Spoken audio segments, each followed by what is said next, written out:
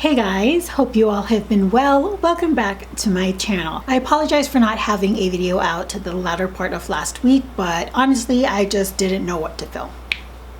And as I was playing with makeup this weekend, I remember getting frustrated with my brush tip applicator for my lip gloss. And I said, I'm going to talk about packaging that I hate. And I think I've done a video similar to this before, but why don't we revisit things of the past? There is no harm in doing so. Therefore, here we go. Let's start off with what sparked the idea of this video, the brush tip applicator.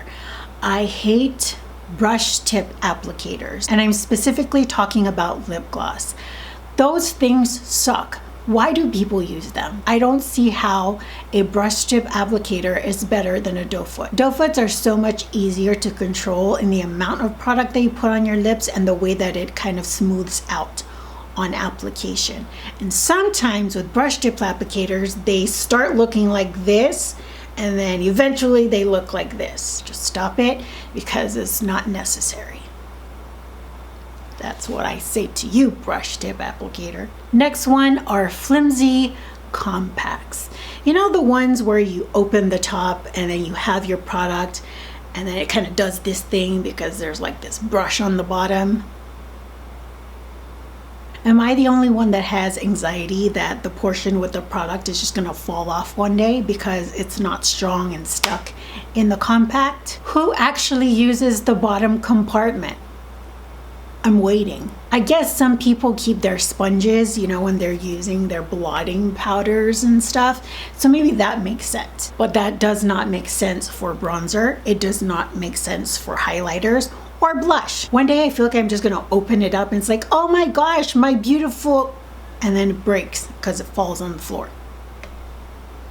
I've heard many people complain about this next one, and that's wasted space. So let's say you have a product, you open it up, it's beautifully like big and luxurious and wonderful, and then you open it up and then they're not making use of this space in the packaging, especially if the spaces are kind of out of place, where you have like on the top right hand, left hand corners like a triangle of space. And this also goes into the misuse of space. Like this eyeshadow is going to be this small, but the next one's going to be this big, and then we're going to have one this big. That might be my OCD speaking, but things that are not like proportioned right, it doesn't have like a solid format, drives me insane.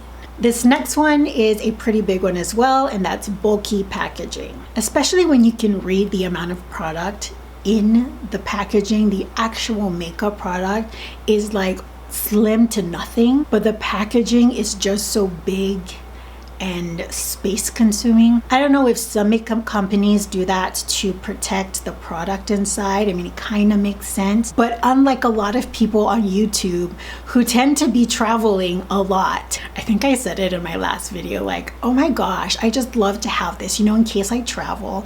Oh, this is just like, this is the perfect palette for me to travel. It's like every makeup YouTuber always got some place to travel to. Hey guys, take me. But yeah, going back to packaging, I see how it might keep things safe, but it also will add extra bulge to your luggage. Maybe bulge wasn't the best word to use. But yeah, I'm not a fan of bulky packaging.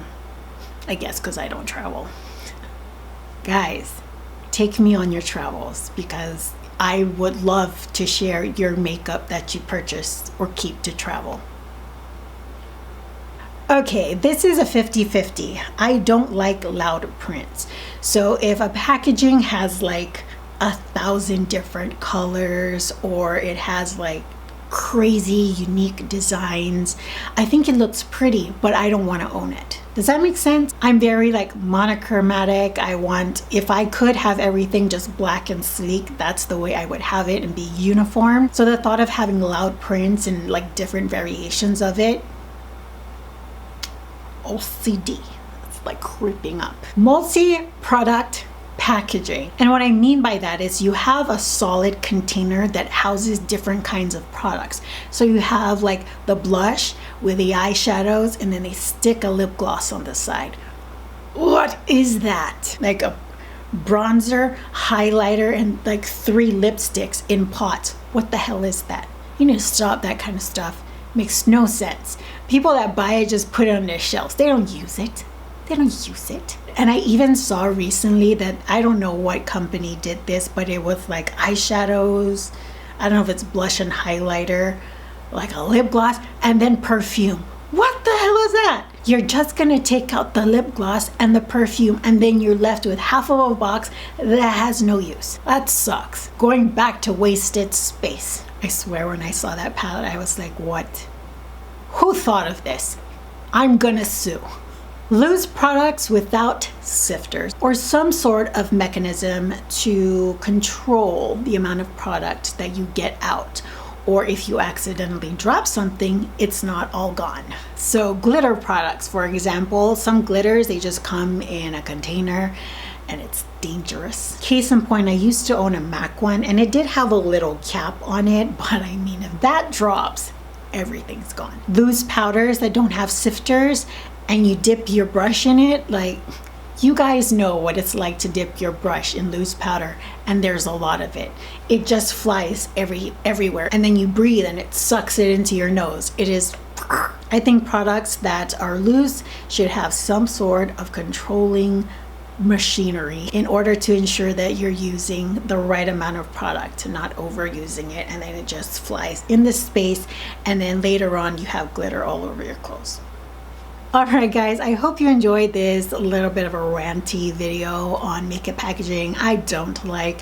I'm sure that you guys would agree and disagree with me on many of my points, but if you have anything that you would like to include, please leave it in the comments down below. I would love to hear your input on the topic, and I'm pretty sure people are going to ask me about my eyeshadow look. Go ahead and check out Instagram, first link in the description box down below, where I will post a photo of this makeup look along with other products in the caption. Till the next video, I hope you all are doing well, taking great care of yourselves. I will see you all next time.